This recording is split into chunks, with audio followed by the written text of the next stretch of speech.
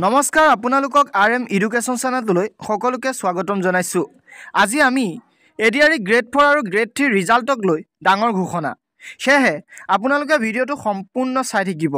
যদি ভিডিওটো স্কিপ কৰে হয়তো আপোনালোকে গম নাপাব।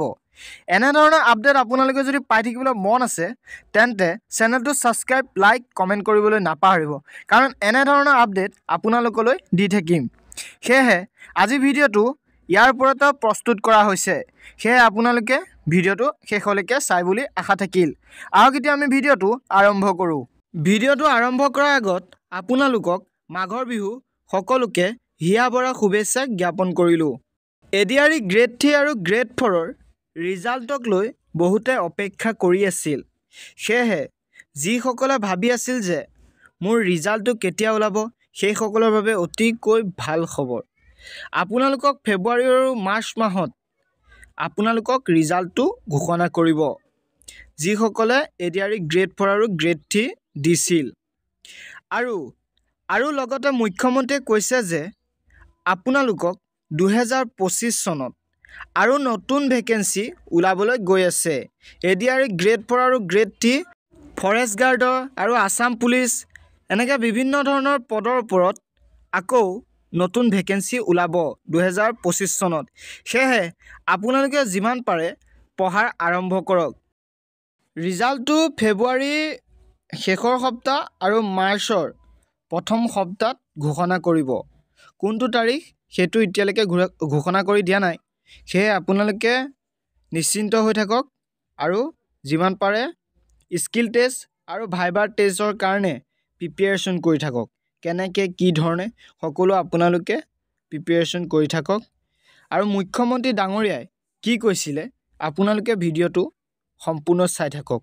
মই বিশ্বাস কৰোঁ কংগ্ৰেছৰ সাংসদ বা আন সকলৰ নিৰাশাৰ বিপৰীতে আমি অসমখনক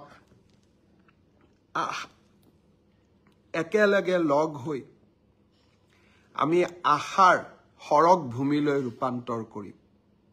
আৰু মই বিশ্বাস কৰোঁ আমাৰ অসমৰ যুৱ প্ৰজন্মই অসমখনক আশা আকাংক্ষাৰ এক সপোন ভূমিলৈ ৰূপান্তৰ কৰিব। আৰু যুৱ প্ৰজন্মৰ আশাক আমি এনেকৈয়ে আগবঢ়াই লৈ যাম। আজি অসমৰ যুৱ প্ৰজন্মই নতুন অসমৰ সপোন দেখিছে। কেইদিনমান আগত মাত্ৰ এডিআৰই পৰীক্ষা হৈ গৈছিলে। ৰিজাল্ট দিব ফেব্ৰুৱাৰীৰ শেষ সপ্তাহত নহলে মাৰ্চৰ প্ৰথম সপ্তাহত। শিক্ষক নিযুক্তিৰ প্ৰক্ৰিয়া চলি আছে। 5500 শিক্ষক নিযুক্তিৰ প্ৰক্ৰিয়া চলি আছে। কিন্তু মই থমকি ৰোৱা নাই। 5500 নিযুক্তিৰ প্ৰক্ৰিয়া চলি থকাৰ সময়তে নতুনকৈ আকৌ 4500 পদৰ আমি বিজ্ঞাপন দিলোঁ।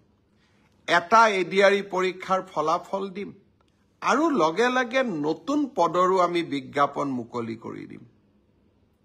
আশা স্তব্ধ হ'ব নোৱাৰে। আমাৰ সপোনবিলাকক আমি পম খেদি থাকিম। আজি ভিডিওটো ইমানটো সমাপ্ত কৰিলোঁ। কেনেকুৱা লাগিলে? যদি ভাল লাগিছে চেনেলটো সাবস্ক্ৰাইব, লাইক, কমেন্ট কৰিবলৈ নাপাহৰিব। কাৰণ এনে ধৰণৰ আপডেট আপোনালোকে এইটো চেনেলতে পাই থাকিব। লগতে আপোনালোকে যিমান পাৰে বন্ধু বান্ধৱীলৈ শ্বেয়াৰ কৰিবলৈ নাপাহৰিব। কাৰণ এনে ধৰণৰ আপডেট সকলোৱে পোৱাটো উচিত। সকলোকে ভিডিওটো চোৱাৰ বাবে ধন্যবাদ জনালোঁ।